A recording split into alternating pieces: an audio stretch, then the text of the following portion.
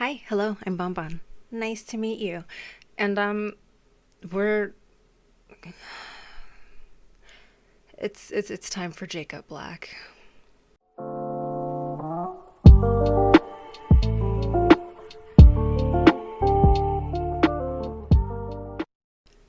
Jacob is a very complicated character. He started out wonderfully. He was a good kid. He was a good friend. He was a confidant for Bella. And then Stephanie Meyer grabbed him by the chin and just threw him against the wall. Ruined him, destroyed him, just completely. If you are like me, your feelings about Jacob have changed and changed and changed yet again. He's a very complicated character to wrap your head around. Not because he was a bad character by any means. No. Because Stephanie decided to go with some weird choices. Now, I'm going to try to unpack all of this in 20 minutes or less, okay? If you know what I know about Jacob Black, you can appreciate how much I'm trying to put into such a small amount of time. And if there's anything that I missed, I'm sorry. I might have to do a part 2 if that's the case, but let's jump into it. So I will be meshing book Jacob and movie Jacob a little bit, simply for the fact that my memory is drawing on both of them, and I feel like both sides are relevant. So in the beginning, in Twilight, we meet Jacob briefly as the son of Billy Black, and he's accompanying his father to bring the truck over to Bella's house as it is her homecoming gift. Homecoming as in coming to live with her dad, Charlie. He seems fine. He just seems like a kid, and he was like, "Hey Bella, do you remember me? We used to play together," or whatever, which in the book, she actually used to play with his twin sisters because those girls are her peers. Jacob is 2 years younger than her, so they probably didn't have much dealings with each other back then so much as they do now. In Twilight, Jacob is 15 years old. This is relevant for later. Stay with me. So Jacob, for all intents and purposes, is a puppy. He's a baby. He's a kid. And so he behaves as such most times. In Twilight, we don't have that much exposure to him. We don't see him again, I think, until the end when they're going to prom. And he has to go deliver that message from his dad talking about we'll be watching or whatever. And then it seems that in the movies, he already kind of has like his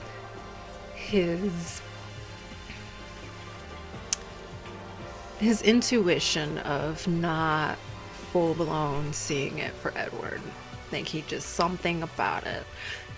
I don't know if it's that way in the book. I do remember Edward talking about, and this might be a bit of Midnight Sun, actually, being able to read Jacob's mind and thinking that he's actually a sweet kid. He likes him, and if things were different, they might have actually been friends.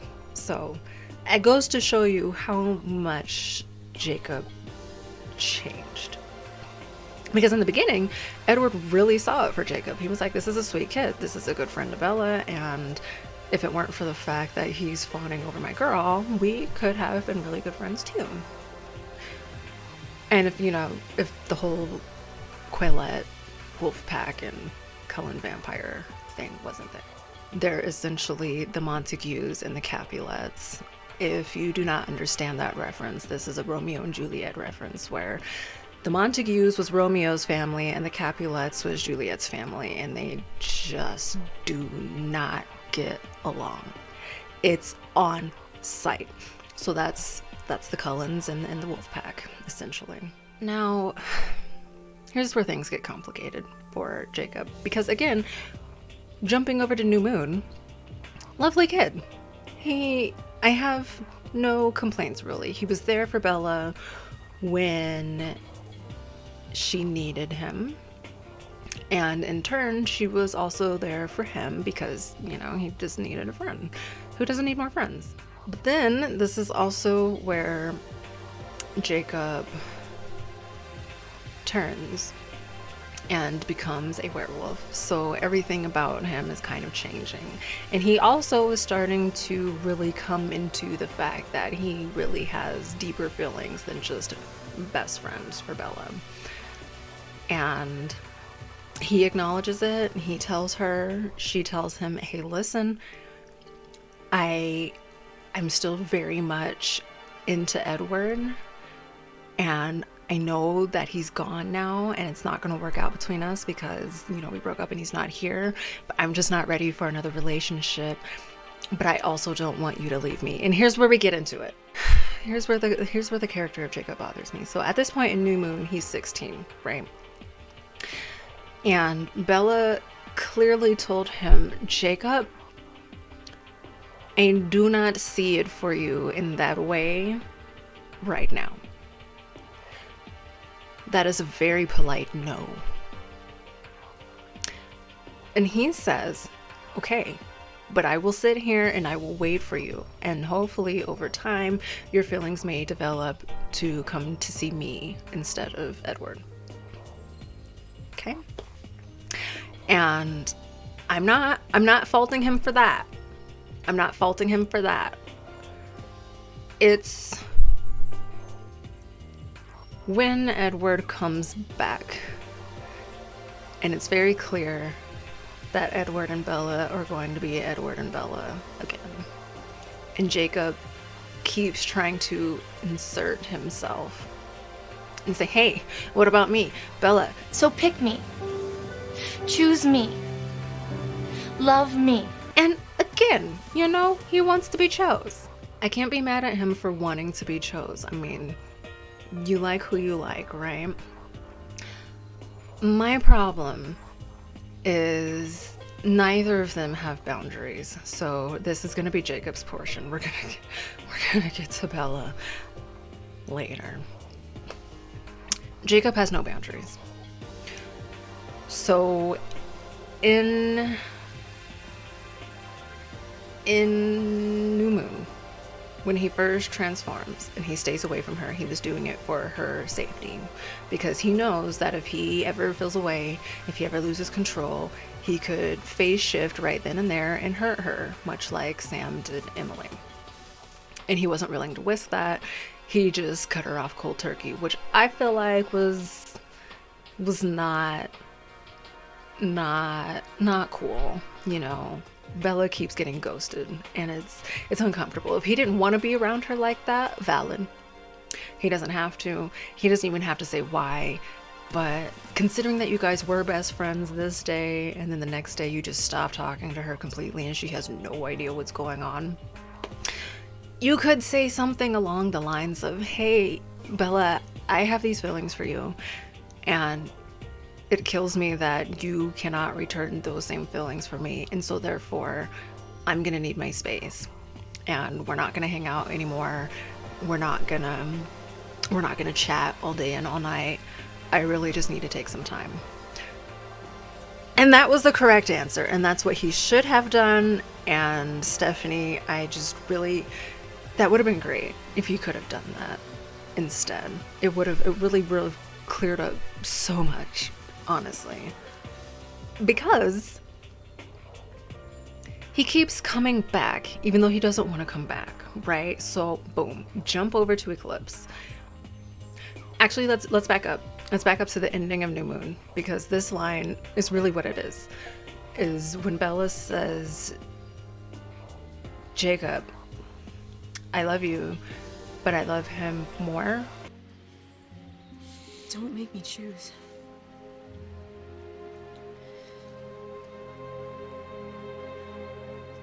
Because it'll be him. It's always been him. That is clear as crystal. There is not a speck of dust in that. There's no, doubt. There's no confusion. She says, if you, Jacob Ephraim Black, make me Bella Swan, choose between you and Edward, it's going to be Edward and not you. That's pretty simple to me. That's pretty simple to me. That means stop fighting for my heart. That means stop vying for my love, because it's gonna be him. Let's say that they did break up one day. Let's say something crazy happened and they broke up again or whatever. That is not Jacob. The way she wrote him, he would absolutely slide up in there and see what he could do and see if they could be a thing, instead of remembering that she told you to your face, looking you dead in your eyes, buddy, right here, and said, I don't choose you. Ooh! Ooh! I mean, for me, I would even have a hard time continuing being friends, but so he's 16 at this point, right? He's 16 at this point. So now we're in eclipse. And I think he's still 16. And Bella's looking at 18 now or something like that. So they have that 2-year difference. And she is a little bit more mature than he is. And it's very clear because he cannot stick to his own boundaries. He told her, Bella, this back and forth, the way that my heart feels is not matching the way your heart feels. I need to go. And she kept saying, Jacob, please don't leave me. I need you. I don't need you in that capacity, but I still need you. It was for Jacob to say, Bella, listen, I have to prioritize myself and my heart and my hurt feelings first. And continuing to do this back and forth with you is not healthy for me. It's not helping. This relationship has reached a moot point. I'm sorry. I value everything that we had together. Is my damn camera falling? I feel like it's like on my, hold on.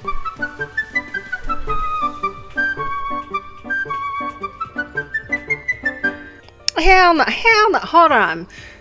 This whole time I'm up here talking and y'all see me falling down the frame. Give me a second.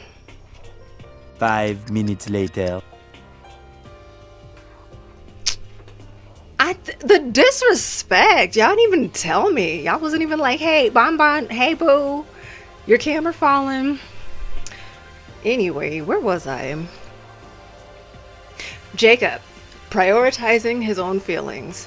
I understand that when you are best friends with somebody and you come to find yourself in love with that person, and that person does not return those same feelings for you, a lot of people would rather continue to be in that friendship, no matter how much it hurts them, rather than not being with that person at all.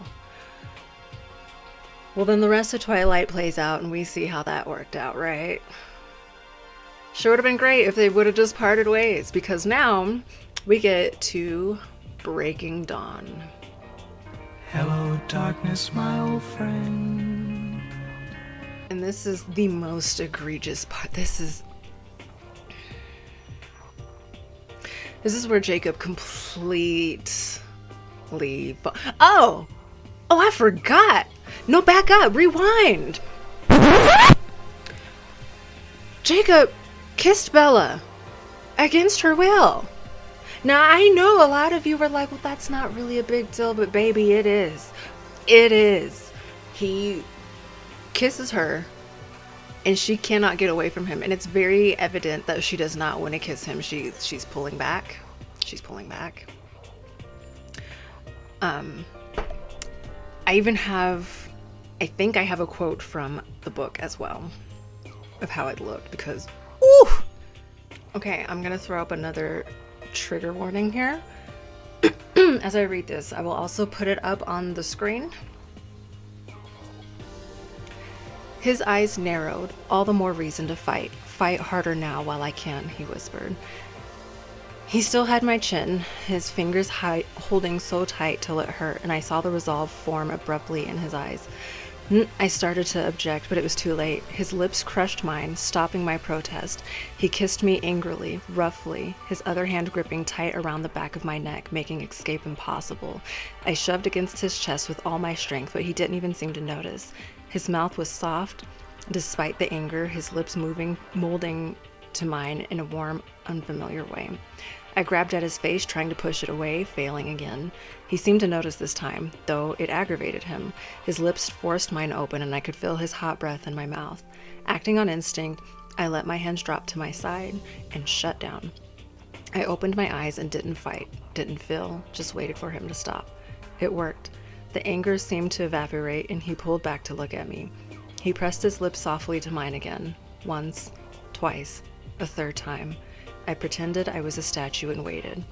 Finally, he let go of my face and leaned away. "Are you done now?" I asked in an expressionless voice. "Yes," he sighed. He started to smile, closing his eyes.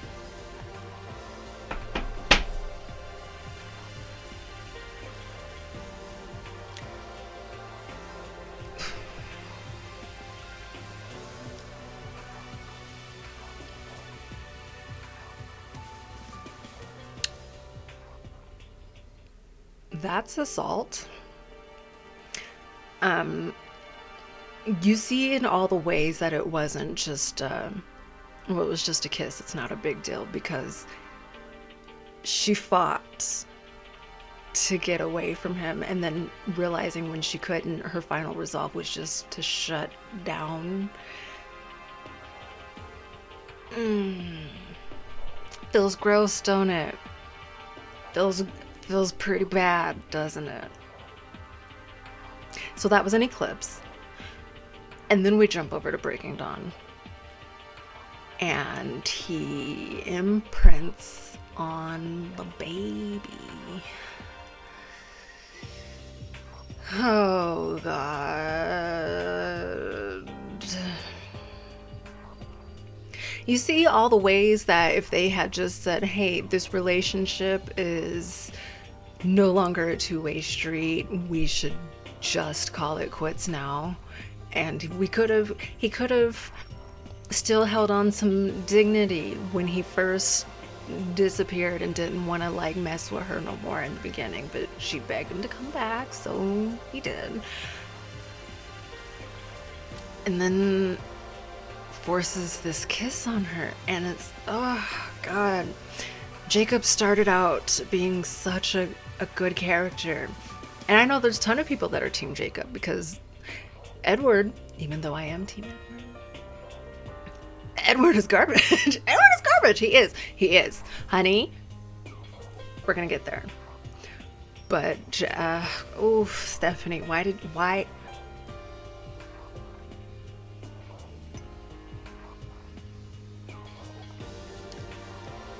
And it's the fact that they still even remained friends, best friends after that. Cause no, baby. Mm-mm. Neither of them have boundaries. Even though Bella did try to put her foot down a tiny bit, she still very much didn't want him in that way, but she still wanted him, and that's not fair. It's not fair. Let him go, you know? But Jacob needed to advocate for himself, and he needed to say, this is not working for me. This is not the relationship that I want with you, and I have to respect that you're not going to feel for me the way that I want you to, and so therefore I'm going to back all the way up, and I'm going to go ahead and close the door. That's the way that needed to go. But no, then he goes and imprints on the baby. He goes and imprints on the baby.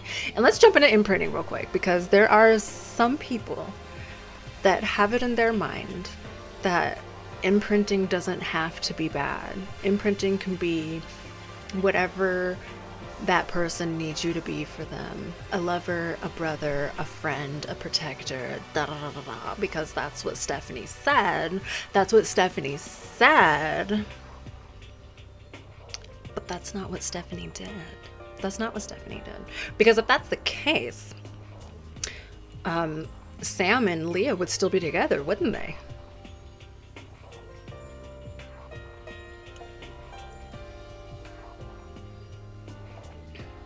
Oh yeah. Oh yes. If Sam imprints on Leah's cousin Emily, and he could just be her best friend, her bodyguard, what have you, Leah and Sam should still be together, but are they? No, they're not. Why? You said that they could be anything, but that relationship immediately became romantic, didn't it? Let's go for another example.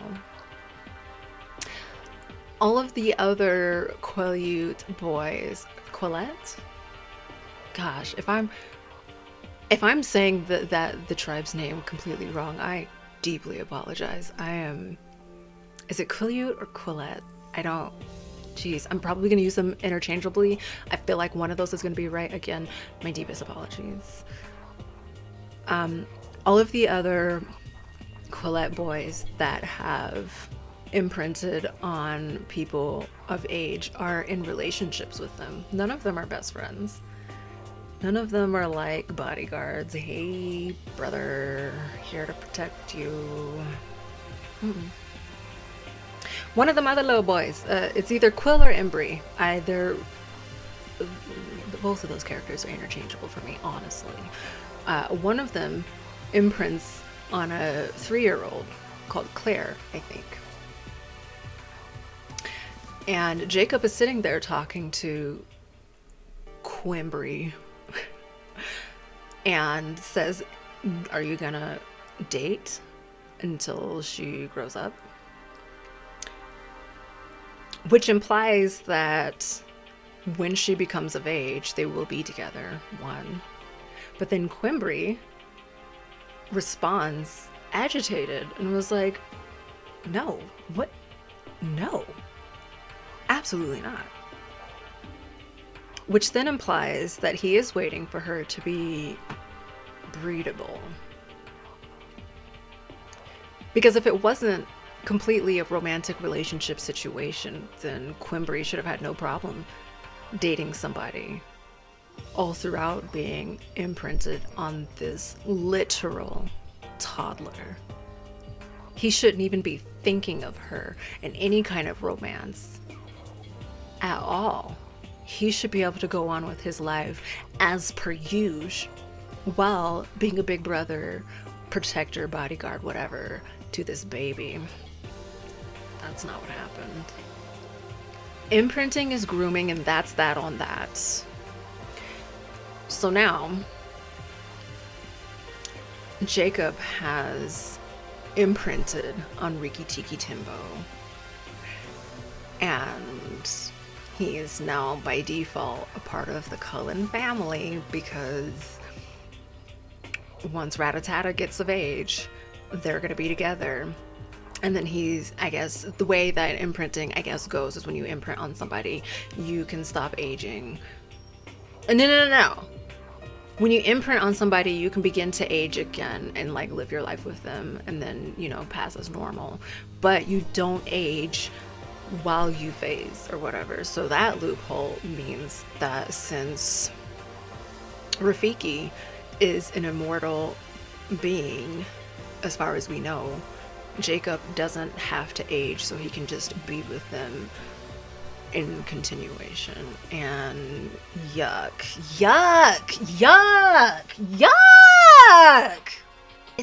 It's all bad.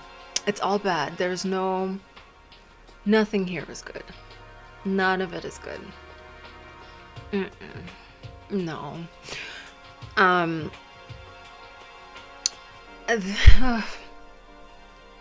I don't even think that there's redemption for his character at this point. He started off so lovely, just a regular guy. and they were friends, and then he caught feelings, and then when he realized those feelings weren't going to be returned, he didn't do himself a service and stay away. He continued to, for all intents and purposes, be Bella's lapdog. And until he saw that baby. Whew. Hate it. Hate it. Hate it. And so now Stephanie tells us that if she writes a new book, that it's going to be about Jacob and Rositi, and nobody wants that. Steph, girl, we have Carlisle and Esme, we have Alice and Jasper, we have Rosalie and Emmett, there's Leah, there's the Volturi, there's all them other little clans that we got to meet during the non-fight in Breaking Dawn. We will circle back to that. There's... we could actually even see Bella be a vampire. Oof. We'll get back to that. But you up here talking about Jacob and Rhombus. We don't want that, girl. No. No, ma'am. Thank you, Return to Cinder. Okay. So that's Jacob. All of that was a strong paraphrase. There's probably more. There was a lot of probably good things that his character did that I just simply am not able to recall at the moment because the bad things are quite glaring. And that's not to say that nobody should be Team Jacob. I mean, if you like Team Jacob, then that's your dude, that's your guy. But we can't ignore that she wrote that as part of his character. It's canon. And then so it also just makes him, from Eclipse on, a very uncomfortable character to have to contend with. Because yikes, on bikes, on trikes. Stephanie, why have you done this? Why have you done this, girl? That's all on that. If you guys have anything else to add that I may have missed, because I'm sure that I missed a lot, good or bane, go ahead and drop it in the comments down below. We can talk about it. All of that to say, I'm not a Jacob hater. I just do not enjoy him that much anymore at all. Past New Moon. New Moon, he was great. You know, past that, it's just like, but you know, it is what it is. So let's chat, like and subscribe, and come back for the next one. Bye.